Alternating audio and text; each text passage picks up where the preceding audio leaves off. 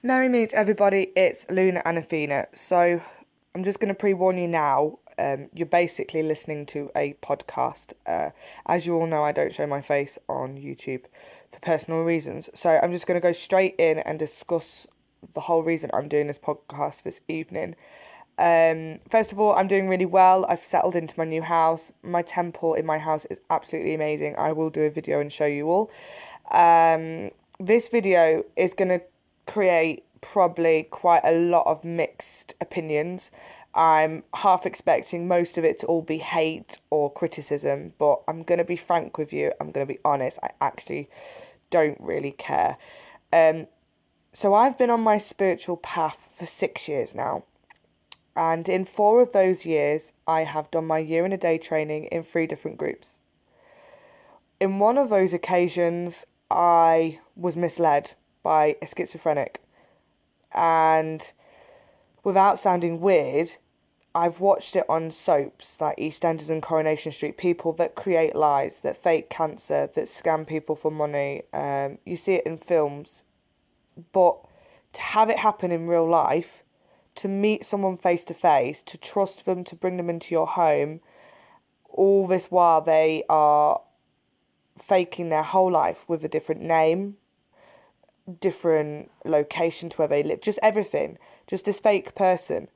I've never had to do anything like that in my whole entire life. I've never met anybody who would be capable of doing that in real life. And it actually makes you think to yourself, wow, these soaps are actually based on real experiences. People are actually genuinely crazy, and there are a lot of them in the world.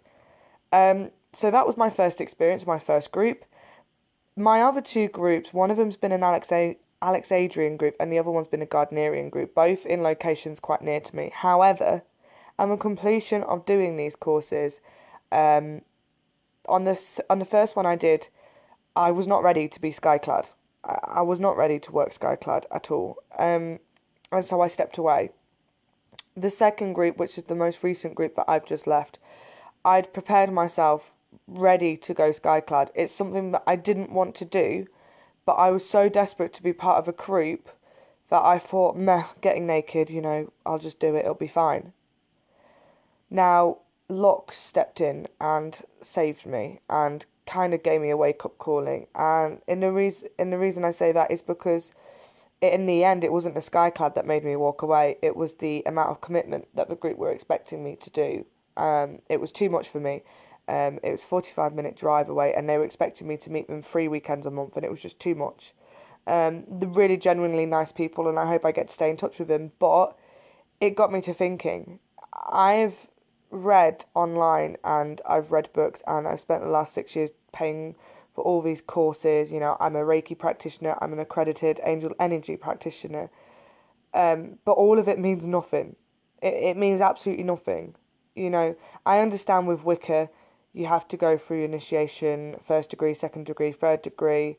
But one question that keeps getting to me, who initiated the first initiation? No one can answer me that question.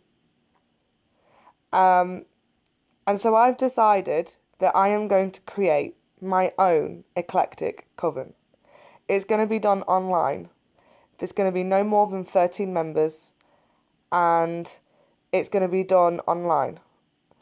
I'm hoping that the people will be from the UK because it makes it easier for time. And we are going to be an eclectic coven. We are going to learn to trust each other. We're going to get to know each other. We will do Skype phone calls so that we get to see each other face to face. Something that I'm a little bit anxious about, but Um, and our group will grow in perfect love and perfect trust. I have always wanted to be initiated and to do a self dedication. Just like when I was a Catholic, I was baptised. And in the 6 years, I've not been able to do that because of the rules, because of the laws, because of the opinions on others. And it's got to the point now where I don't care. I am a normal person. I'm a 25-year-old normal person that has a normal job, is married, there's no craziness about me. I'm just, what you see is what you get. You're Marmite. You either love me or you hate me. But I'm sick of being told what I can and cannot do. That's the whole reason I stepped away from the Catholic religion, because I was sick and tired of being told you can do this, you can't do this, you can believe in this, you can't believe in this. And so I've decided that I'm gonna start my own coven. And yes, I'm not a high priestess, but I, if we all learn together, there doesn't need to be a leader of the group as such. I mean, I guess in a way I am the leader because I am creating it. Um, do I want to do my initiation? Yes. Do I want to be able to call myself a high priestess at some point in my life? Yes. But does the word high priestess mean anything? No. Ideally, what I would love more than anything is for a high priestess to be watching or listening this and thinking, I want to help these people get to that rank. I want to help them learn. I want to help them progress. I will do it, and I will be the one that leads the initiations, or a high priest. If anyone is watching this or listening to this and it is in that situation, I would love it if you could get in touch with me at lunaanafina@gmail.com or find me on Facebook, which is Luna Anafina. I understand that this is going to anger a lot of people, and you know, people may think that this is a mockery, but one thing I've learnt from the year in a day training that I've done 3 times now is that these people that call themselves high priestess and high priest, they've worked hard, they've done their training, it's taken them what, like 4 or 5 years. I don't feel like people out there that want to do this but can't because of personal situations. Maybe their anxieties are so high that they can't leave the house. Maybe they don't want to work skyclad, they don't want to be naked in front of people they don't know, or maybe because of the location there isn't anyone nearby them. I don't think it's fair that people like that should not be allowed to follow this path because of that. And it stems from the question that I said at the very beginning of this video: who initiated the first initiate? I really don't want to. I don't want people to mistake my voice, my tone for being aggressive. It's literally passion. I've been in the bath for about an hour, and I was like, "That's it. I've had it. I've had enough." And it happened because I'm part of a website called spellsofmagic.com, and I've been a member on that group for 3 years, and recently realised that you could chat on it. And after a week of being on it, I was gagged, blocked from the website because I used text language without realising, and one of the rules is you're not allowed to use text language. So I created a new profile and have joined about 3 different covens, all who promise to learn together, to talk together, to have film nights together online and get to know each other. But that yet when I've joined these covens, none of that has happened.